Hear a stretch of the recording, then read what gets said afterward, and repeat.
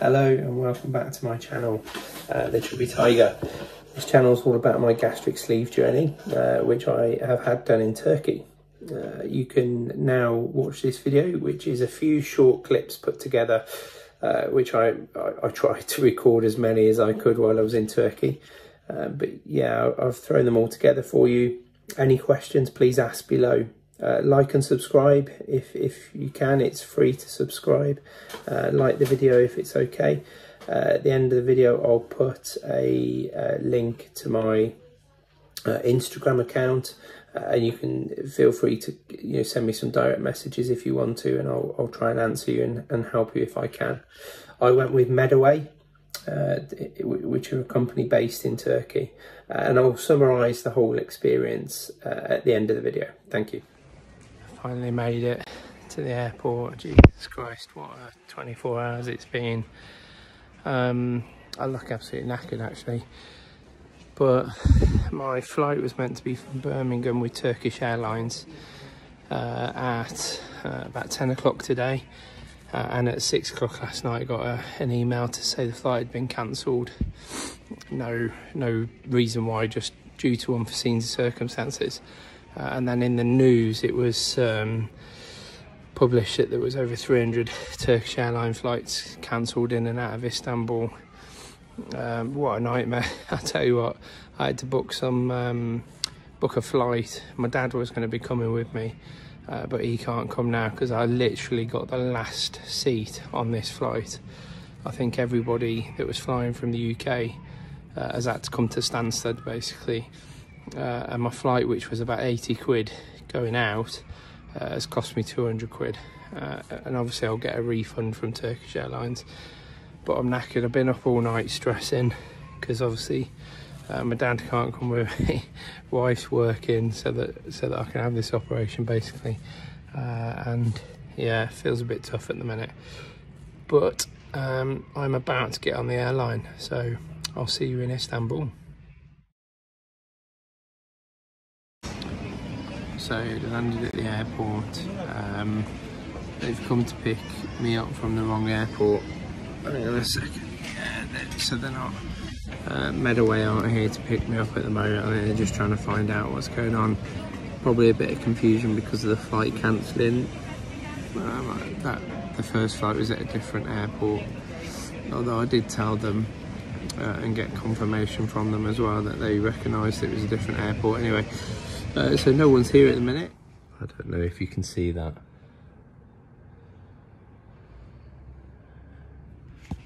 That's snow. Good morning everybody. Finally here. Finally at the clinic. I'll just show you my room. Got my own little settee there, look. That's my bed where I slept last night, obviously. Big hoofing, massive telly. Yeah. Own little sink there, look. That's where my iPad goes, so I could watch some films last night. Little locker. No towels at the minute, but Hadu is Turkish for towels, I think, according to Google Translate. So I've got some on the way. This is my little bathroom. That's where I do all my bits and bobs, obviously, like every human being. My little shower. Well, a little, obviously it's got to fit me in, so it's a big shower. Yeah, got here finally. Oh wow, what a journey. I had between flights cancelled and booking new flights for extortionate prices, wife driving me across the UK so I could get my flight. When I landed, now this won't happen to you because I had to change flights, there was a bit of a confusion from this end. So basically the long and short of it is that I landed at one of the airports and they thought they were picking me up from another airport. Literally came out of security, which was easy getting through. Once I landed, just getting through security was easy. They didn't even check any of my COVID passports or anything. And anyway, got through. You get a nice little picture of the person that's picking you up, and they have this like card, and I'm stood there looking, thinking, yeah, he's not here. So no internet because my phone, I've got it set so that I can't spend too much money, basically. And so I couldn't make any calls. I couldn't even change my credit limit so that I could. Managed to find a Wi-Fi. I was walking through the airport trying to get onto a Wi-Fi. I managed to do that. Get chatting to them. They sorted it in the end. It was just stressful, and not their fault, to be honest, because of the change of flights and stuff. But once I was picked up, really nice people picked me up. I was in the car coming to the clinic with a really nice person, girl from France who's having a rhinoplasty. We were chatting. Anyway, got to the clinic. By the time I got here, it was midnight.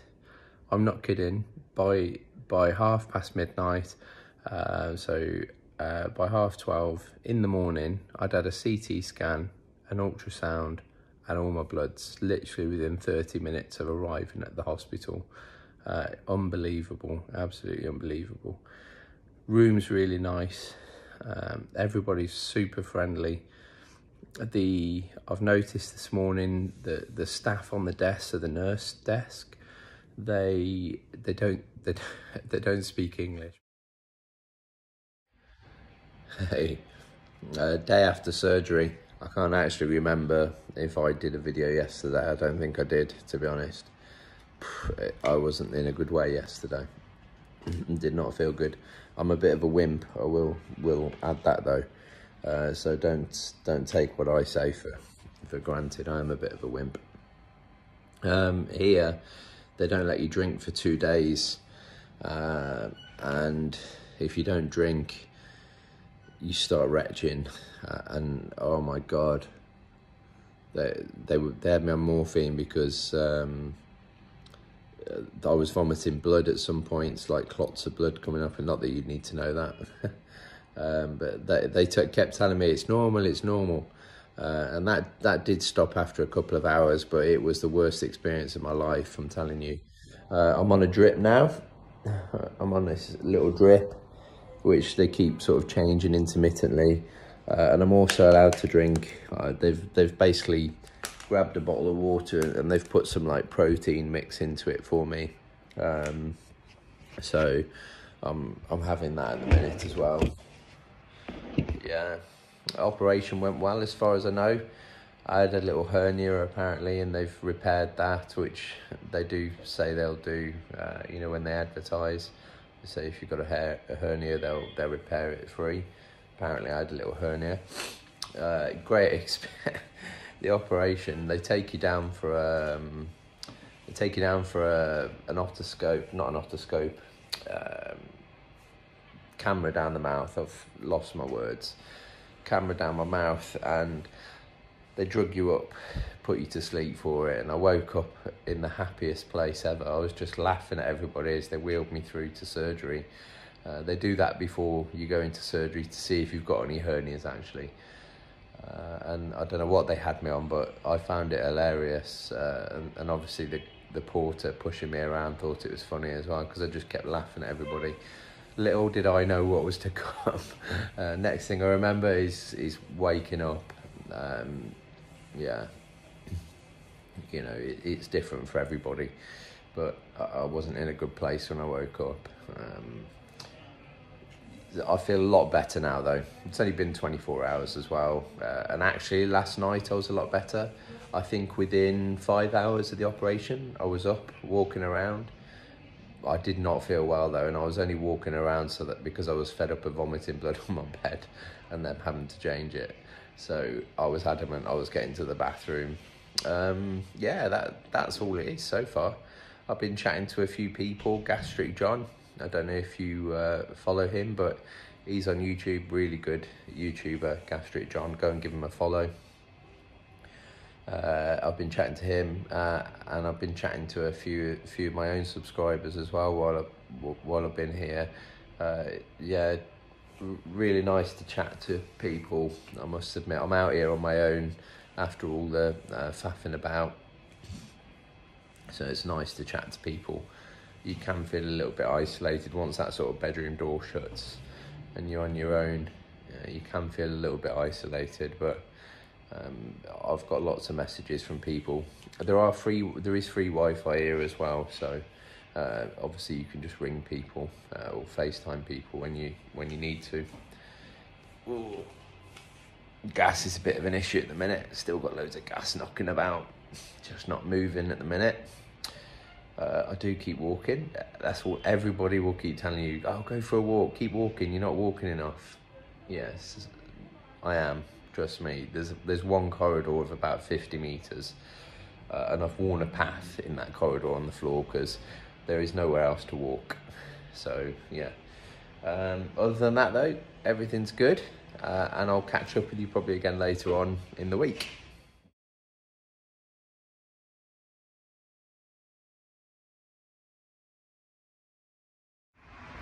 Hey everybody, been in my hotel now for 2 days. I didn't really do an update. I'm not sure why. I've been a bit lazy. Got to the hotel anyway after a bit of a mess around. I got to another hotel first, and I never had a booking. It was due to football or something. Galatasaray were playing bloody Barcelona, some rubbish like that, or some rubbish team like that. So yeah, the hotel was booked where I was meant to be staying. They moved me to another hotel. I'm in, oh god, I'm looking like I'm in the room now. Oh, Elite World Europe. It's a really nice hotel actually. I think it's probably better than the Wyndham, or like literally the Wyndham. You know, I can actually see the Wyndham from where I am. God, look at the state of me. How do I turn the camera around? I can't. So I don't know if you can see the snow anyway. And right over there, that tall building, that's where I was meant to be staying. Yeah. Anyway, this is my room. Sorry I'm topless. I'm sort of I've got my scars out, getting a bit of air. They've got bandages on, so I mean I'll show you now if you want. So if you are a bit squeamish, look away. But these are the scars. Boom. You see my man boobs there? Yep. Yeah, this is my hotel room anyway. I'll show you now. My little desk, that's where I do all my medication preparation. That's right, you have to inject yourself once a day. Oh, talking of that, I've got that to do in half an hour. It's in Turkish. They told me it was antibiotics, but being, I don't know, working for the NHS, and obviously I deal with drugs quite a lot in my daily job. I think it's Fragmin, which is a blood thinner, and it's what's called an ABAM, so which to me would, you know, sort of indicate that it's a blood thinner of some sort. But yeah, I have to stab myself anywhere in my body every morning at 10 o'clock. Yeah, that's a bit weird. I wasn't expecting that. I cannulate people on a daily basis, take bloods, you know. When I was on the road as a paramedic, I was doing it in dark alleys at bloody 3 in the morning and stuff. But for somehow doing it on myself, I don't like it. Yeah, I'm actually scared of needles, believe it or not. But I managed to do it yesterday. I was quite surprised actually how easy it was. But it's just seeing the needle going in. I am a proper needle phobe. Anyway, yeah, this is my room. I've got 2 beds there because initially my dad was meant to be coming out of me, but as you're all aware, you know, from the start of the video, I'm sure when I put it all together, my flights were cancelled. So yeah, but I still got a twin room, really comfy beds actually, really comfortable beds, nice little TV there. Well, it's quite a massive TV, a big mirror there, just so I can look at myself and realise why I've done this surgery. Maybe, I'm not sure, because you'll certainly, I don't know, if you do bring a partner out here, you'll be lucky if you do any of that stuff. Anyway, this is the bathroom. Nice big shower, lush, absolutely lush. I had a little bit of a problem when I came, I'll tell you that in a second. There you go, hello. Sink, my nice toothbrush, that's where I might do my doogies, and yeah, that's my bathroom. Yeah, when I got here, when I left the clinic, I asked, you know, if the bandages they were on were waterproof, if I could have a shower. Yeah, they are, Jason, yeah. So as soon as I got to the hotel, what's the first thing I did? Jump in the shower, lowest setting possibly, literally lowest setting possibly, and all my bandages washed straight off. Savage. So I had to then text them, and in all fairness, within half an hour I got a brand new set of bandages at the door of in my hotel room. So replaced them myself, and it wasn't a problem. I've not had a shower since though. Well, I have. I've just been sort of showering my legs and the other bits, but yeah, that's it really. That's it so far. Today is Saturday. I've been texted this morning to say I've got my final doctor's appointment. I'll put a little video with that. I'll include that, and then I'll probably actually upload the video. You don't want to see my journey home, do you? I'll do a journey in a week's time though, to let you know how it's going. But yeah, final doctor's appointment today. Dan, one of subscribers, he's in Medaway clinic at the moment, so we've been messaging each other all week actually, so thanks for that, Dan. Really good to chat to people, and I'm going to pop up and see Dan in a bit because he had his operation yesterday. So yeah, looking forward to that. Other than that, yeah, do it, guys. That's all I can say. I feel great. I say I feel great. Do feel great in terms of the operation. Really pleased I've had it done. I feel really run down, if that makes sense, and I think you can see it a little bit. Didn't sleep very well last night. I don't know. I spent 15 years in the forces, married, what they call married and accompanied. Leaving my wife and going away to places and stuff for 15 years, and I left the army 9 years ago, and ever since then I've really struggled with being away from my wife and children, especially. And last night was not a good night actually. I think went to sleep about 2 o'clock in the morning. It was, yeah, I don't know why. I think I've just turned into a big softie or something, or yeah, well, I don't know. There you go. Anyway, really positive. I do feel good, although I'm wobbling on about missing my family. That's natural. I'm out here on my own. That's one thing you will have to consider. But yeah, I'll catch up with you later. Cheers. Hi there. So hopefully you found a few things useful on that video. Got a bit of information, or alleviated a little bit of worry about booking in Turkey, in Istanbul. My overall summary of the process from start to finish. So about January this year, after the second time I've been refused by the NHS, I contacted Medaway on Facebook, I think it was, can't remember which platform, probably Facebook, and within minutes had a reply. We set up a link on WhatsApp, and we started communicating via WhatsApp. They were very clear from the start of the process and made things easy to understand. They gave me a price quite quickly on what, for what I needed doing. And I think they gave me 7 days to book with a 20% discount. So obviously I did that. Obviously they're keen on getting you booked in and confirmed. So I did do that offer they gave me. My total cost was £2,500, and that was, if you're not sure when this video is, it's March 2022. So yeah. From booking it to actually getting out there, no problems, no questions or problems with Medaway at all. I'd happily use them again.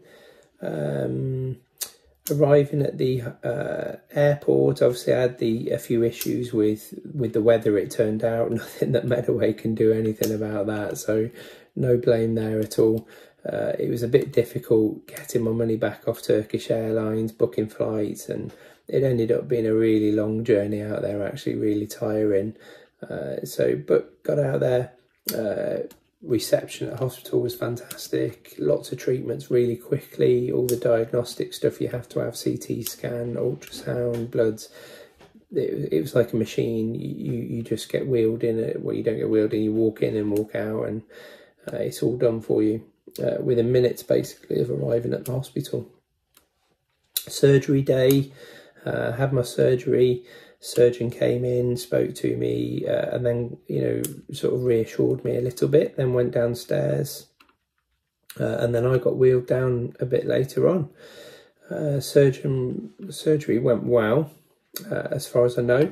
They're a bit sort of wishy-washy. I know Dan, one of the subscribers here, I went up to see him after I think the day after his surgery, and they'd actually, I mean, it sounds vile, so cover your ears, but they'd actually left him in what we would class as a food bag or a sandwich bag, you know, that you put your sandwiches for work in.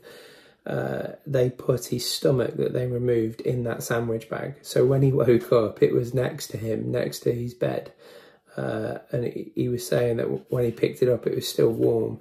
But I didn't have that. I asked the surgeon about it, and he said that sometimes they just throw it away, it gets incinerated and they forget. But yeah, I'm not sure the reason why they did that. It's a good idea though. It sort of lets you know your mind. It's one of the processes your mind goes through, isn't it? I guess accepting that you've had the surgery. You can't accept it any better than seeing your stomach next to you when you wake up post operation, as savage as that is. Yeah. I then got moved to the hotel after about 3 days of being in hospital post-op. I was given, sorry, I'm messing around with the pen. Yeah, I was given transfer from the hospital to hotel. That transfer was savage. The guy was driving around like a bloody lunatic. And obviously I've just had surgery, so wasn't too impressed with that. So by the time I got to the hotel, find out they didn't have a booking for me, I was already wound up because I was in pain. And yeah, anyway, they set me up another hotel very, very quickly, I'll add, and it was like half a mile away from that hotel, and they communicated to me throughout on WhatsApp. Any issues I had actually throughout the whole process, they're very quick to rectify. I don't think they like there to be too many problems. Hotel wise, amazing, absolutely amazing. It was a spa hotel, had access to the spa. Weirdly, you get breakfast and a bed. Now you can't eat breakfast, so what the point in that is, I'm not sure. It's almost like a little tease. That's what you could have had. Yeah, transport to the airport coming back was fine as well. What I will say, so some little notes I've written is with regards to transfers, I found towards the end you have to sort of chase them up, confirm, you know, this is what time I'm leaving. I need to get to the airport for 6 o'clock in the morning. What time are you picking me up? And then once they've confirmed, as I don't know, as awkward as it is, you almost, the night before, you then message them again and say, right, I'm leaving, can I confirm my transport's still picking me up at this time? Yeah, and just reconfirm, and if all else fails, reconfirm again, because it's a separate company to Medaway, the transfers are. So Medaway then have to communicate with the other transport company, and I just, yeah, iron out some of those issues that I might have had. And just be ultra, you know, rigid with your transfers, etc. One of the things, my advice, so the total cost for me was £2,500, which is amazing. You know, there's nowhere in the UK you could do that for. Not unless you go to the black market or something and sell a couple of kidneys along with you. I don't know, but absolutely amazing price. Now, I asked them, I was quite rigid from the start. I said, look, I don't want to get out there, find out there's any extra costs. And there were no extra cost that I didn't know about. So pre-going, I asked them that question, and sure enough, they said, yeah, we'll sell you some shakes and we'll sell you some vitamins. The shakes are £100 and the vitamins are £50. So I thought, well, okay, that's fine. So I went out there. Anyway, you get the shakes. I'm not that impressed with them. They're just a powder shake that you add water to, and you know, you're left with a high protein milkshake, about 300 ml, and it takes a couple of hours to drink it. They charge you £100 for 30 shakes. I mean, you've seen in my pre-videos, my pre-diet, I use Protein Works, really good shakes, high protein, better protein than what were in those shakes actually, more vitamins and less fat as well, less sugar. So my advice would be to take your own shakes, save yourself some money, save yourself a lot of money. Vitamins, yeah, I didn't know what I was getting, £50, and all you get in effect is a bottle. Obviously liquid, you can't have tablets. That's something you have to get your head around, and I'll do a video on that later on. But you have to get your head around the fact that you can't take tablets, so you have to buy liquid vitamins, and they can be expensive. But 50 quid for this little bottle of vitamins. My advice, they prescribe you a bottle of vitamins as well. That's something important to know. So you don't actually need to take any vitamins even, because you get prescribed some while you're there. And then obviously you can buy their vitamins for 50 quid. But yeah, go to Boots, go to Amazon, any of the cheap pharmacies, and buy yourself some multivitamin liquid online, as long as it's got your vitamin D, your calcium, and all the the other little vitamins that we need in our body.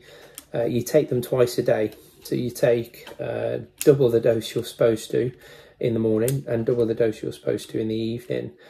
Because if you've researched your gastric sleeve, you'll know that your body struggles to get the vitamins out of the things you're eating, particularly vitamin D and calcium. So yeah, you got to make sure you keep on top of that, and that'll be for the rest of your life as well, actually. So it is a big decision going for a gastric sleeve, and these are things you have to consider.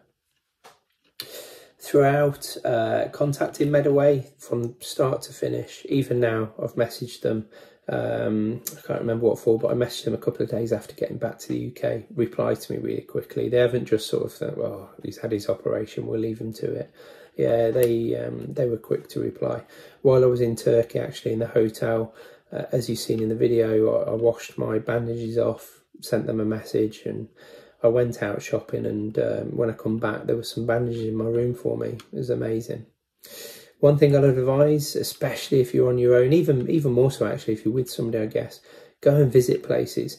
You can walk around. You don't have a lot of energy, but time it well. Have a shake and go out. I was getting taxis everywhere, so and taxis were cheap. You know, a 40-minute journey in a taxi to the Blue Mosque, for instance, I went to see, 40 minutes away from the hotel, cost me the equivalent of £6. It was about 124 Turkish lira or something like that. Really cheap and reliable. There's a few scams with regards to taxis, so have a look on YouTube or something and have a look at the scams that they do in Istanbul. But if you speak to your hotel, they'll book you a decent taxi. But obviously your return journey, you need to make sure you're getting a reputable taxi, because some of the guys there, obviously they just want to make as much money as they can, bless them, and will try and scam you a little bit. Shopping, yeah, did some shopping while I was there. Bought my two children, I've got two daughters, I bought them little presents each, and I also bought my wife some perfume as well. Shopping, I bought myself some polo tops. I got, to put it in perspective, I went to a local Turkish market. It wasn't local, it was near the Blue Mosque, but I went to a Turkish market, bought 3 polo tops, nice cotton polo tops. The sort of things that are about 17, 20 quid each in the UK. I bought 3 of them, 6 quid. Boom, that was it. I didn't really spend any more money than that. And I didn't go out too much, actually. I spent quite a bit of time in the hotel room feeling sorry for myself, probably. But get out as much as you can if you feel up to it. That low energy is something to consider, but time it with your milkshakes, your water intake and things like that. Anyway, yeah, that's my video on my journey to Turkey. If you've got any questions, please just ask below. If there's anything I've missed out that you think, oh, you didn't mention this, what's the score there? Then again, mention down below. You add me on Instagram as well. It's the_chubby_tiger. And I'll reply to your messages straight away. So if you want to send me a direct message and you think I won't answer quick enough on YouTube, or then feel free to add me on Instagram. There's a great network over there, actually. People like Gastric John and some of the guys, you know, that do videos for a living, that have got, you know, 50,000 subscribers and stuff. They're all on my Instagram, and we all chat to each other and give each other lots of advice and support through everything. And they're all quick. So it's a really good tool. Get yourself on Instagram if you're not in there. Add a load of us on, go on to mine, and you'll see all my friends. Obviously, you'll see a load of my work friends as well, but you'll quickly work out who's who, because most of them are called, they've got like VSG in their name and things like that. Gastric John is just Gastric John, so search him, and he's a really nice guy and really supportive as well. Helped me through a lot of this process, so give him an ad as well. Anyway, nice to see you pop by. Give me a subscribe. This isn't going to be my last video. I'm going to do lots of videos now moving forwards, probably one a week.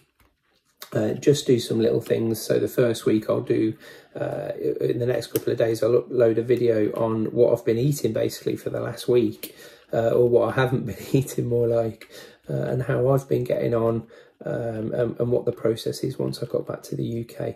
Like I say, I've said a number of times already, hit subscribe if you can, hit that like button, and ask me lots of questions. I'll get back to you, I promise. Lovely to see you. Stay safe. Bye-bye.